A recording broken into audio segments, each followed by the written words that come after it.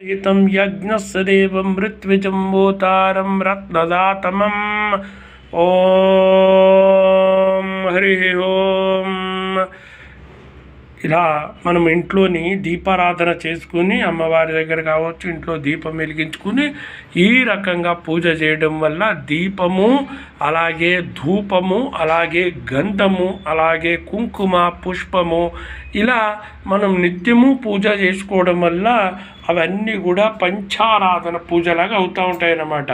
అందువల్ల పూజ చేయడం కూడా ఈ భక్తిలోని ఒక భాగంగా మనం గమనించుకుని ఇంట్లో మన దేవుళ్ళని ఇట్లా అలంకారం చేసుకోవాలి. అలంకారం చేసుకున్నప్పుడు ఆ దేవతా విగ్రహాలలో ఉన్నటువంటి శక్తి అమోఘంగా ఉంటుంది. అదేవిధంగా దైవపరమైనటువంటి అంశాలు కూడా ప్రారంభిస్తూ ఉంటాయి. అలాగే వస్త్రధారణను కూడా జనరల్గా మంచిగా, అంటే మగవాళ్ళు వస్త్రాన్ని ధారణ వేసుకొని, అలాగే లింగి కట్టుకొని, అలాగే ఒక ఉత్తరీయం పైన వేసుకోవాలి. స్త్రీలైతే చీర కట్టుకొని పూజ చేసుకోవాలి. ఎందుకంటే వస్త్రధారణ కూడా ఇంపార్టెంటే పూజ చేసేటప్పుడు. అదేవిధంగా దీపాన్ని వెలిగించి దండం పెట్టుకున్నప్పుడు కూడా ఇటువంటి ప్రభావాలతో ఉన్నప్పుడు దైవ సంబంధితమైనటువంటి శక్తియుక్తులన్నీ కూడా ప్రారంభమవుతూ ఉంటాయి. ఆ మంత్రానికి ఒక విలువ వస్తూ ఉంటుంది. ఇలా మనం పూజ చేసేటప్పుడు ఏదైనా సరే అమ్మవారి దగ్గర కావచ్చు, ఇంట్లో దేవతలు కావచ్చు, మనం అన్నీ కూడా ఇలా అరేంజ్ చేసుకుని దీపాల నైవేద్యాలతో పూజ చేసినప్పుడు ఆ పూజ సంపూర్ణంగా అవుతూ ఉంటుంది.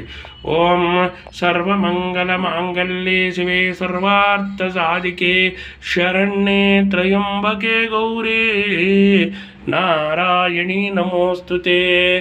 ఓం సౌరాష్ట్రే సోమనాథం చ శ్రీశైలమల్లికార్జునముజ్జయిన్యాం మహాకాలం ఓంకారమమరేశ్వరం వైద్యనాదే చితా భూమౌ డాకిన్నం భీమశంకరం సేతువందే చ రామేశం నాగేశం ధారుకావనే వారణాసియంతు విశ్వేశం త్రయంబకం గౌతమే తటే కేదారం హిమాలయే తు స్థితం కృష్ణే సంచ శివాలయం ద్వాదశైతాని నామాని ప్రాతరుద్రాయ పడేత్ సర్వపాప వినుర్ముక్తం సర్వసిద్ధి ఫలం లవేత్. ఓం నమ శివాయ నమః.